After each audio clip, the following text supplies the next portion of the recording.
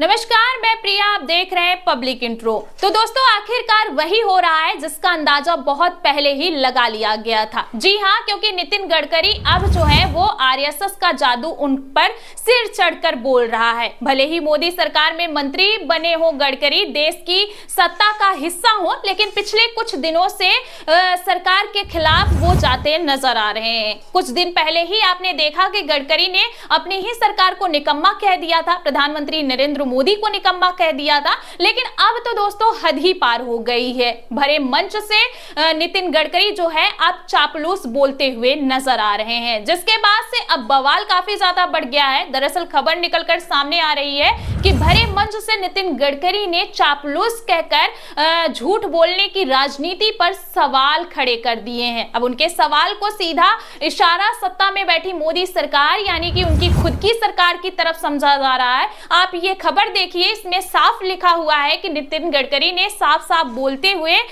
वकालत की, कहा कि राजनीति में झूठ बोलना या चापलूसी करना नहीं है। तो अगर कायदे से देखा जाए तो गडकरी साहब ने जो ये बात कही है उनमें कोई दो राय नहीं है। आज की राजनीति ऐसी हो चुकी है जहां केवल चापलूसी और झूठ की बात ही की जाती है। और ये तो आप अच्छे से जानते हैं कि इस वक्त सत्ता ऐसी है कि आप अगर अपनी आवाज उठा भी दे तो सत्ता में बैठे लोग आपकी आवाज दबाने की कोशिश में खड़े रहेंगे। तो जिस तरह से नितिन गडकरी ने इस मुद्दे पर जोर दिया है वो कई सारे सवाल को जन्म देती है, क्योंकि उनका ये साफ कहना है कि राजनीति में झूठ बोलने और चापलूसी करने की जरूरत नहीं है, बल्कि इससे अलग जाकर भी आप अपनी बात रख सकते हैं। आप खबर देखिए, इसमें आगे लिखा हुआ है कि केंद्रीय मंत्री नितिन गडकरी ने कहा कि राजनीति में झूठ बोलना और चापलूसी करना जरूरी नहीं है। उन्होंने कहा कि नेता को आत्मविश्वास के साथ सच्चाई बोलनी चाहिए। केंद्रीय मंत्री पुणे में लोकमान्य तिलक राष्ट्रीय पुरस्कार ग्रहण करने के बाद एक सभा को संबोधित कर रहे थे।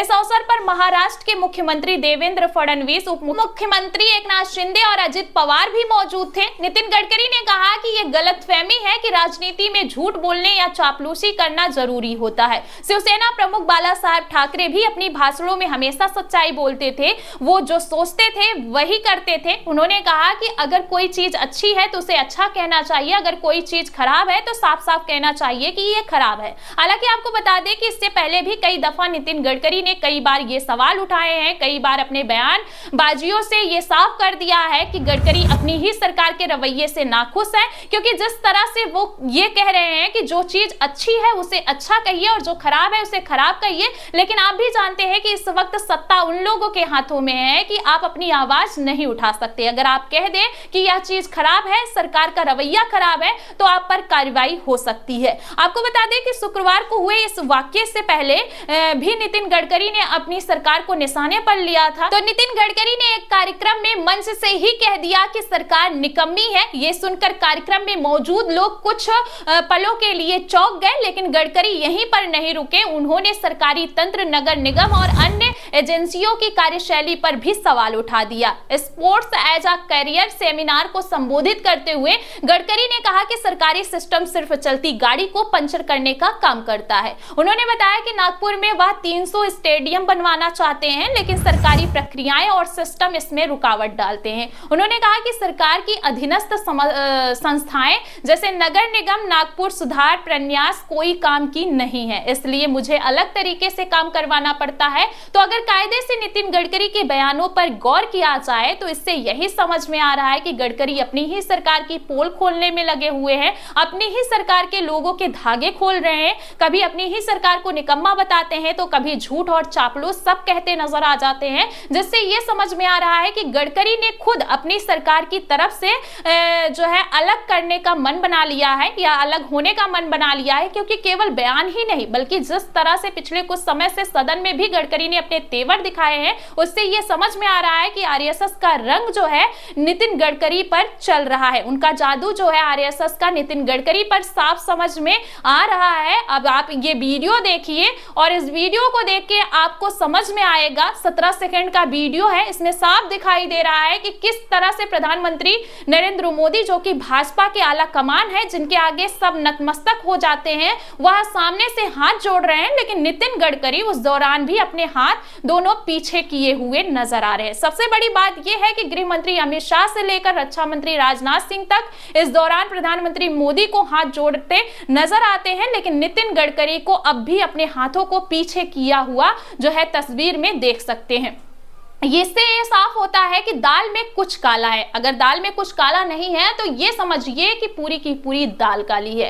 अब बीजेपी आला कमान और खुद नितिन गडकरी की राहें जो है वो अलग हो चुकी है। हालांकि ये तो होना तय ही माना जा रहा था, क्योंकि इन राहों के बीच में आरएसएस ने जो अपना खेल खेल दिया है, आरएसएस ने राष्ट्रीय अध्यक्ष को लेकर खुद ऐलान कर दिया था कि बीजेपी का राष्ट्रीय अध्यक्ष आरएसएस की तरफ से नितिन गडकरी को ही बनाना चाहिए। हालांकि ये तो आप भी जानते हैं कि इस बात के लिए बीजेपी आला कमान कभी राजी नहीं होगा, क्योंकि नितिन गडकरी और बीजेपी की विचारधारा कहीं से भी मिलती हुई नजर नहीं आती। बीजेपी इस बात को बखूबी समझती है, यानी कि मोदी शाह कभी भी नितिन गडकरी को राष्ट्रीय अध्यक्ष का पद ग्रहण तो नहीं करने देंगे, चाहे जो हो जाए, क्योंकि वह बखूबी जानते हैं कि इसका सीधा असर पार्टी की ताकत पर पड़ेगा। भारतीय जनता पार्टी के अंदर नितिन गडकरी ही एक ऐसे नेता है जो मुखर होकर अपनी बात रखना जानते हैं। वो खुद आला कमान के खिलाफ क्यों ना हो, फिर उनकी सरकार की ही विचारधारा के खिलाफ क्यों ना हो, वो किसी से डरते नहीं है। नितिन गडकरी अपनी बात को भरे मंच से